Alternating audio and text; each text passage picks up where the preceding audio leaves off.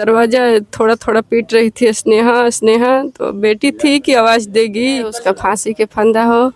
मोदी जी से यही मेरा उम्मीद है और योगी जी से। बेटी को साथ दुराचार करके उसको गला घोट दिया गया। आखिर 100 को आप लोग सासाराम क्यों नहीं लेकर आए, वहीं पर क्यों अंतिम संस्कार किया? हाँ, श्मशान घाट के पास, हरिचंद्र घाट के पास ले जाकर लगा दिया एम्बुलेंस। हम लोग वहाँ पर है ये नहीं है, हम लोग थाना पे बहुत खुश थी, बोल रही थी मम्मी आप भी आ रही हैं पापा के साथ। यूपी पुलिस ने कुछ मदद की आप लोगों की? कोई मदद नहीं किया, सब बदल दिया गया, सबूत मिटा दिया गया। ठीक से अपनी बेटी का छूने तक भी नहीं दिया कि फोरेंसिक जांच होगा। देखने से क्या प्रतीत हो रहा है, आत्महत्या या फिर गहरी साजिश है? मंत्री जी से यही मांग करेंगे कि जो भी है वो सामने आए। इंसाफ की लड़ाई में कहीं ना कहीं मीडिया दर्शन की टीम हर कदम पर परिजनों के साथ खड़ी जरूर नजर आई। देखिए, इस वक्त हम मौजूद हैं एक ऐसे परिवार के सामने जो अपनी बेटी के न्याय की गुहार के लिए लगातार आवाज उठा रही है। मैं आपको बता दूं कि बिहार के सासाराम की एक बेटी जो वाराणसी में अपने सपनों को पूरा करने के लिए पढ़ाई कर रही थी, लेकिन बीते दिनों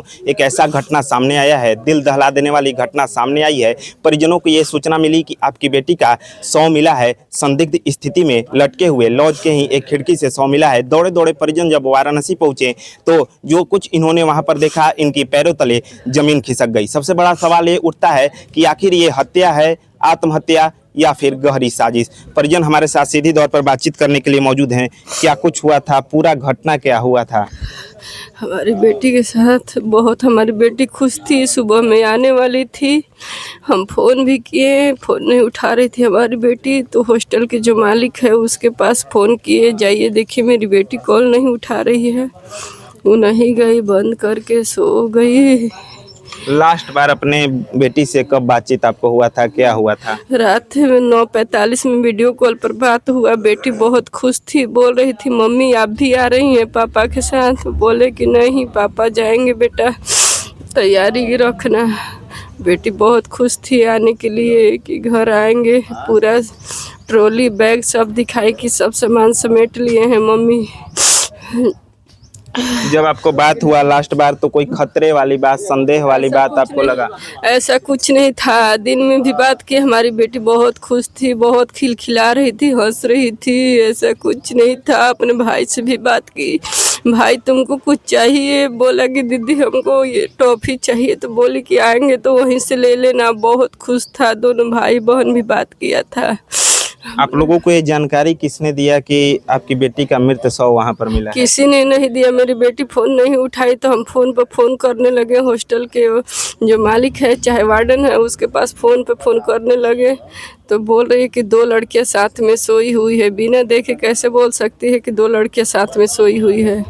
हम बोले कि वीडियो कॉल पर दिखाइए, कह रहे कि नहीं डिस्टर्ब होगा। तो हम बोले कि जाकर देखिए, हमारी बेटी फ़ोन नहीं उठा रही है। दरवाज़ा थोड़ा थोड़ा पीट रही थी स्नेहा स्नेहा, तो बेटी थी कि आवाज़ देगी। तो हॉस्टल की लड़कियों से बोली कि तुम लोग दरवाज़ा खुलवाओ, तुम लोग दरवाज़ा खुलवाओ। थोड़ा सा पेशेंस रखिए। जिस तरीके से वहाँ पर आप लोग गए तो पुलिस और प्रशासन का रवैया क्या था? क्या यूपी पुलिस ने आप लोगों की सहायता की? हमारा सहायता कोई नहीं किया, हॉस्टल के मालिक भी नहीं किए। तुम्हारे घर में लाश है, तुम उसी में रह रहे हो 24 घंटा, तुमको नहीं पता है कि कहाँ से कैसे हो गया? इस लड़की के साथ सपोर्ट करना चाहिए था मेरा, लेकिन कोई सपोर्ट नहीं किया, कोई साथ नहीं दिया मेरा।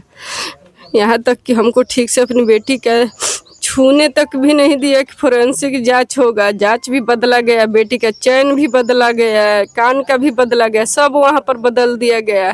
जब बेटी का इतना छोटा छोटा चीज़ बदल दिया गया है तो वो तो सर्टिफिकेट है, मृत्यु सर्टिफिकेट है वहाँ पर, वो क्यों नहीं छेड़छाड़ होगी? सब बदल दिया गया, सबूत मिटा दिया गया हमारी बेटी को। जिस तरीके से आप लोग वाराणसी गए, क्या कुछ आपने देखा वहाँ पर? सबसे पहले सूचना आप लोगों को कैसे मिला कि वहाँ पर इस तरीके का घटना हुआ है? सूचना के जो है ना, हमारी मैडम के मोबाइल पे फ़ोन आया कि आपकी बेटी के साथ कुछ ऐसा हो गया है, जाइए देखिए जल्दी क्या हुआ है। फिर इसके बाद हम लोग फ़ोन लगाने लगे। उसके बाद नहीं फ़ोन उठाई बेटी, कई बार हम फ़ोन करते रह गए भर। तो ये हॉस्टल के मालकिन के पास फ़ोन लगाएं तो वो भी नहीं उठा रहे थे। फिर बोली कि एक बार की 2 लड़की साथ में सोई है। उसके बाद भी बोला गया कि जाइए हमारी बेटी से बात कराइए, वीडियो कॉल पर दिखाइए, तो पर भी नहीं गई। 1 घंटे के बाद वो बोला गया कि जाकर गेट खुलवा कर हमसे दिखाइए, तब पर भी वो आनाकानी कर रही थी और लड़कियों को बुलाकर उसके हस्बैंड जो हैं बोल रहे थे कि तुम लोग दरवाज़ा खोलो, जबकि दरवाज़ा ऑलरेडी लोग साजिश के तहत कांड करके और चिपकाया हुआ था और फिर लड़कियों के सामने खोलकर दिखा रहे थे, लड़की जैसा लोग बोली है हमसे। अच्छा, जहां आप वहां पर गए तो देखने से क्या प्रतीत हो रहा है, आत्महत्या या फिर गहरी साजिश है? गहरी साजिश है। इसमें हमारी बेटी को साथ दुराचार करके उसको गला घोट दिया गया और साक्ष्य छिपाने के लिए उसको खिड़की के सहारे टांग दिया गया है, जो कि पैर भी जमीन में है और चौकी पर है।